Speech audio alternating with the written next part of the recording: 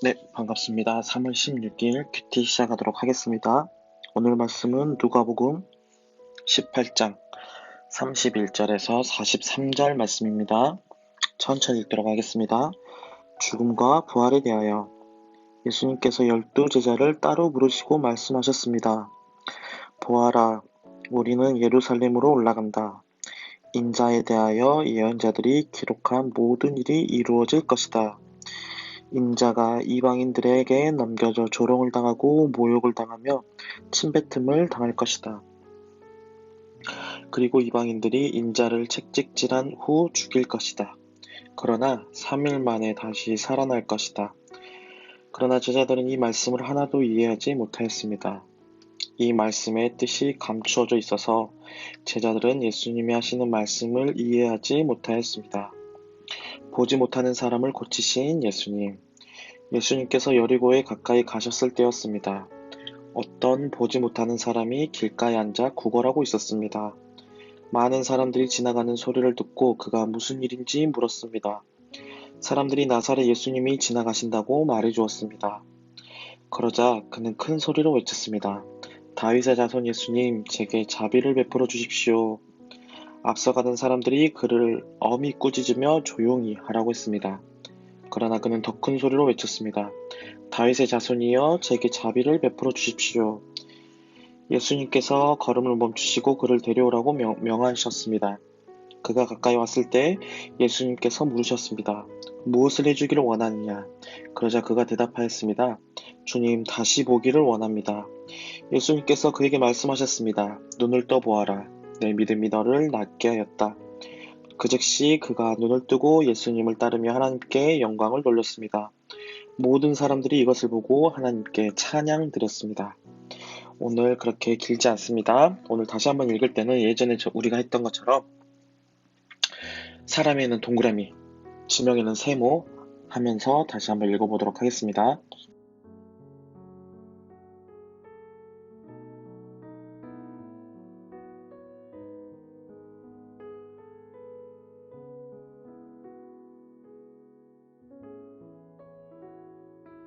네, 한 번 더 읽어봤나요? 오늘 인물이 어디 나오죠? 예수님 인물이 나옵니다. 그 다음에 제자들 나오죠?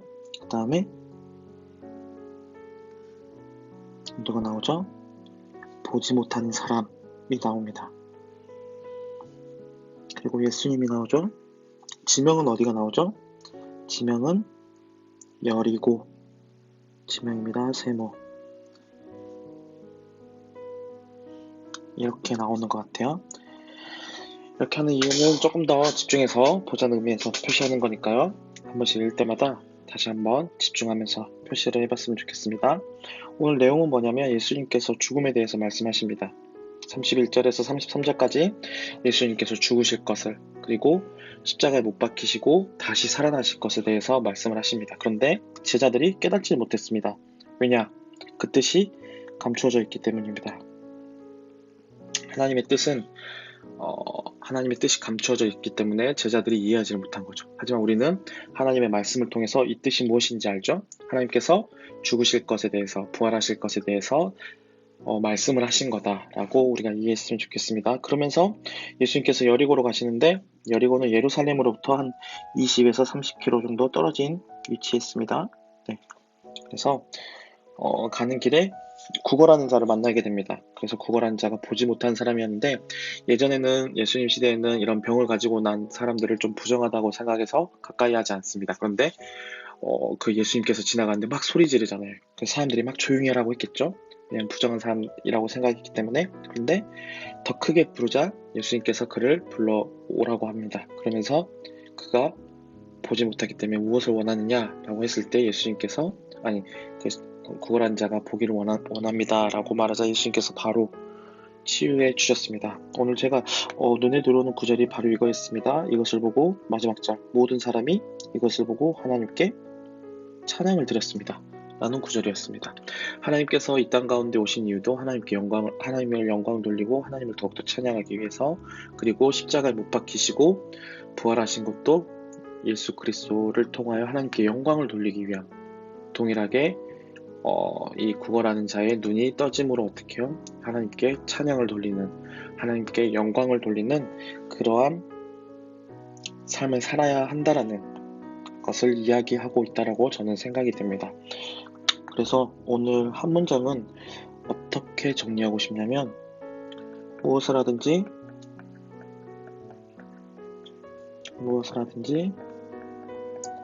하나님께 이렇게 영광을 돌리자.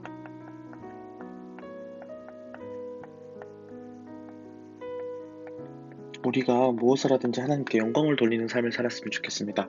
우리가 공부하는 것도, 우리가 쉬는 것도, 우리가 밥을 먹는 것도 무엇을 하든지 하나님의 영광을 위해서 한 가지 한 가지를 하는 오늘 여러분이 되었으면 좋겠습니다. 어제 카드 질문에 대한 것들을 잘 적어주셨는데요. 선생님 확인해서 맛있는 쿠폰을 보내드리도록 하겠습니다. 오늘은 그래서 한 번 더 해보도록 하겠습니다. 전사님 뽑은 카드는 뭐냐면 가장 마음에 와닿은 말씀은 무엇인가요? 라는 것입니다. 오늘 본문 안에서 가장 마음에 닿는 구절이 무엇인지 물어보는 겁니다. 전사님은 말했죠. 모든 사람이 이것을 보고 하나님께 찬양을 드렸습니다. 라는 구절이 가장 와닿습니다. 왜요? 이것이 우리의 최종적인 목표이기 때문입니다. 우리의 최종적인 목표가 하나님께 영광을 돌리는 것이시기 때문에 전사님은 저 구절이 가장 많이 와닿았습니다. 혹시나 여러분 이거 말고 여러분이 와닿은 구절이 있다면 댓글로 달아주세요. 댓글로 달아주세요. 전사님 또 어제 그 체크표 또 표시를 안 했죠.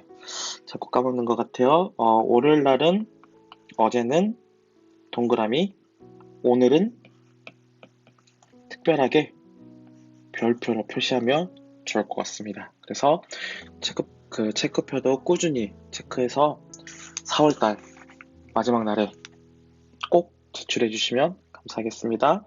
그렇다면 오늘 언더스탠딩 한 번 더 읽어보고요. 저는 기도로 마치도록 하겠습니다. 사랑하는 주님 감사합니다. 오늘 또 하나님 말씀을 통하여서 하루를 시작합니다. 하나님의 부활 사건 우리 마음판에 더욱더 새기길 원하고 길거리에 구걸하던 자의 눈을 띄우셨던 것처럼 주님 우리의 영적인 눈도 오늘 말씀을 통하여서 더욱더 띄어지는 하루가 될 수 있도록 주님께서 인도하여 주시옵소서. 감사합니다. 예수님의 이름으로 기도드립니다. 아멘.